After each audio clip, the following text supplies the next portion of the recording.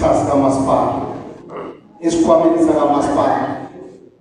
Umasipala awufani no-national government no-provincial government.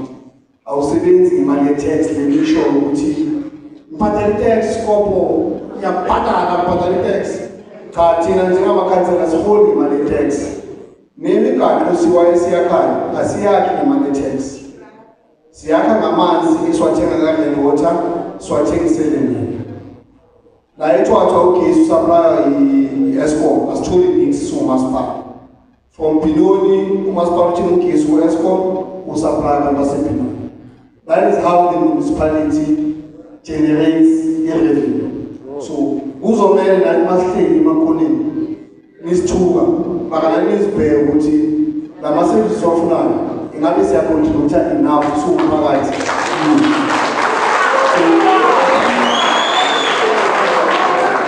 Funa mina siqale lapho ukuze sikwazi ukuthi sabe sonke ngendlela efanayo. Indaba ye-title deed ekhaya ikhona, i-title deed ekhaya yikho ayenzi mehluko, impompi uyayivula uwakha amanzi uwashe kwenziwe izinto.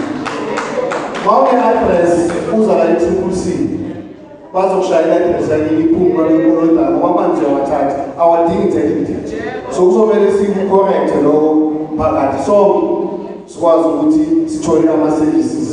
And if siyabheka sonke iThembisa is the most developed township eKuruleni, precisely because their collection rate in terms of rates and taxes, they are sitting above 90%. But Badalaman is over 90%. So we must prioritize them as Masipala because you are the money who discuss Masipala. That is the first part. Iphathi two ebalulekile mhlawumbe sininzi iphutha nayo. Abantu abadala bakhala ngokukhuphuka kwamanzi ukukhuphuka kwawo. Asihambeni siyobhalisa for indigent. I-indigent is designed ukuthi iyehlise ezinye zey'nkinga enibanazo. So uma uvelile ungasitsheli ukuthi uhola kancane, ungatsheli thina. Kusasa vuka uthathe into zakho uye lapha ofisini, indigent office, babhalise uzokwazi ukuthi ezinye zezinto ezikofaka government uzithole ngenani eliphansi nangokuthola mahhala. So balulekile ukuthi sifundisane. Esithathu futhi ufuna ukukhuluma ngayo bayivezela usisi ukuthi indaba yetrade indaba yani. Njengoba sila sonke singama-political party yangafani bantu bakithi. That is I think kumele sike siqaqise lokho. Uchairperson lo uRachidi uya ku-EFF ngokhansela we-ANC ukhona ukhansela we-Action SA la ngibonile. Sibanenge ngokuhlukana kwethu.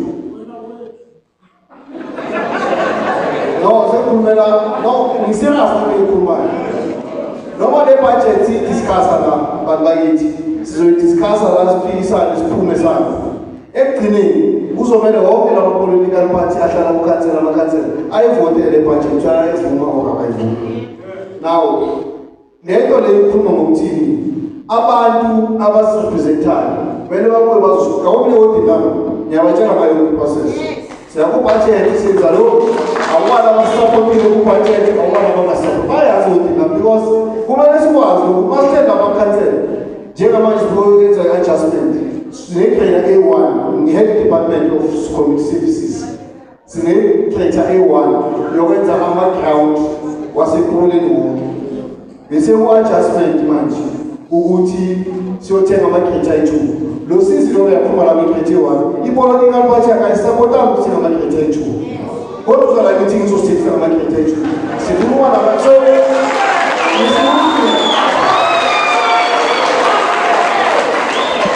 emsho mphakathi ukuthi lama-political party wonke siwavotelayo ngokuthanda kwethu kubalulekile ukuthi siwabuze nge-input yabo uma beza kukhansela meeting ukuthi ngoba benenkinga yamagrade ne-interest response ama-ground awakhona and i-budget siyayibona ngabafuthi ama-crate ayi-2 why ungayisapoti le-budget wena as an individual yabona izosisiza leyo bakithi ukuthi si-understand sisebenza kanjani. The other part engifuna ukuyisho ukuthi ama-tariffs it's a fair point are expensive for umuntu mara ile kumele ama-tariffs wonke siwa-align ne-CPI i-CPI from national government bafike basitshele ukuthi sikhuphula ugesi njenge-Eskom ikhuphula ugesi nga-9.7% manje. Asitshintshanga ngisho ezikoleni, charge 9.7%, sawudlulisa ujalo. Asitshajanga extra. So ayibhiwa kuthina lento leyo ukuthi ezinye izinto la namanzi awachargewa yithi ezumasipala. Achargewa u-Red Water, different bodies wamanzi ezana nenamba lekuthi sifuna 3.6%. Siye masipala sekhuphuleni ngoba siyabacabangela abantu bakithi and ngokomthetho kumele sifake i-percentage. Sithi hayi isimo somnotho siyaphela, sidlulisa injalo le-percentage. So siya-understanda ukuthi nitshela thina kodwa nathi akusithe siwakhuphula. Nenye futhi kumele siya-understand ukuthi lento yokuthenga umhlaba owakha amathuna, it's going to be a long process because ngokuhlukahlukana kwama-political pathways wethu kunama-principle angafani, kunama-party angabhelieve kumele siyothenga umhlaba, kunama-party abhelieve and into le historic development because angazikwazi ukufaka amathuna, angazikwazi ukuthenga umhlaba ngaphandle kwe-council meeting. So i-council meeting basifika lapho si-224 ukuze i-10 indlulu ifune majority. Mangaba sisapotani singama-parties lawo esiwasapotayo sophakathi kuba nzima ukudlulisa kwezinye izinto. Nokuthenga komhlaba jona somathuna is part of those things. So kumele sisiquestiona kuma-organization wethu ukuthi sime kanjani siyo-organization kule yokuthenga komhlaba wamathuna asinamhlaba layithwathwa and uyafuneka ngo-MMC wakhona nyayazi there's a huge demand.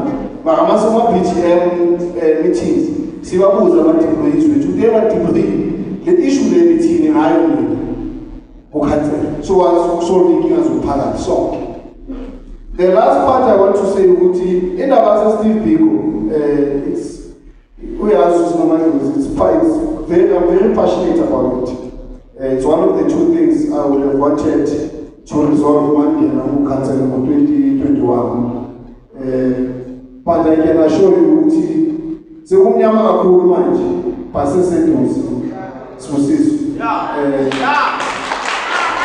lapho ngakashoba seseduze into ebalulekile bakithi ngento yasemncandini ngiyi-explaine kahle ngizoku-explaina ngiyayi-explaina public meeting. Into yasemncandini is an issue yosusosho, it's a translate land and njengoba basho nomhlaba kamasipala. We have 17 informal settlements in the Transnet land. 17. Actually, in Transnet. Last year, October, November, MMC, we had a meeting with Transnet to exchange imihlaba. Unomhlaba Transnet, unomhlaba isinawo thina sithi Transnet, thatha lo mhlaba usinike lo. Wasinabantu bethu abahlela and sifuna ufaka ugesi. So sikulo conversation le ingazi ususiso umnyama kakhulu manje kodwa seseduze sine Transnet abuye meeting ngeproposal because unamalenda wakolo unamanzi wakolo ta Transnet akolo masipala si willing ukuthi siwakhansele lawo manzi lawo for umhlaba lo iveli bawathi iveli umhlaba le 2 million not only 2 million legesi ungasawubhadala lo gesi sinike lo mhlaba sikwazi ukufaka abantu bagesi. So into ezengalezo sibusiso esadila nazo kodwa ke ngizokuchazisela nomphakathi wasemlandini ngeprocess esiyambile. Extension 19 i-proclamation but base-extension 19 ngabo bangayibuzanga bayazi there's a process qalile provincial government udila ngayo at the level of the province. So ekuzama ukusho ukuthi kunezinto umphakathi ezidila ngathi somasipala ilezi esifaka ku-IDP ezinye ezidila nge-province asikwazi ukubhajetha into ye-province engadile ngathi asikwazi ukubhajetha into ye-national engadile ngathi sidila ngento esikwazi ukubhajethela. Kuzobaluleka-ke ukuthi ewo 65 ngibonile ngosasitholanga mali for isikontiri kumele sikolwe indaba yemali ukuthi before i-budget beyiphasa kumele ingene imali. So kubalulekile ukuthi as a parting shot bamazombulu i-budget ngongayibhekanga kahle. There is 16 million for sewer upgrade for 2026, 2027. Is part of the entire project. The project Las Vegas is the same project as the sewer upgrade 19 is operated at Las Vegas. So we call the Malia CPC Halo. This Vegas is a Masonic Squad, CPC Solo. ejodiwe sanitation ukhona la uzwile ukuthi inkinga zesolisi zingakanani ethwathwa kuzomele asiqedise ukuziresolve. Thank you very much.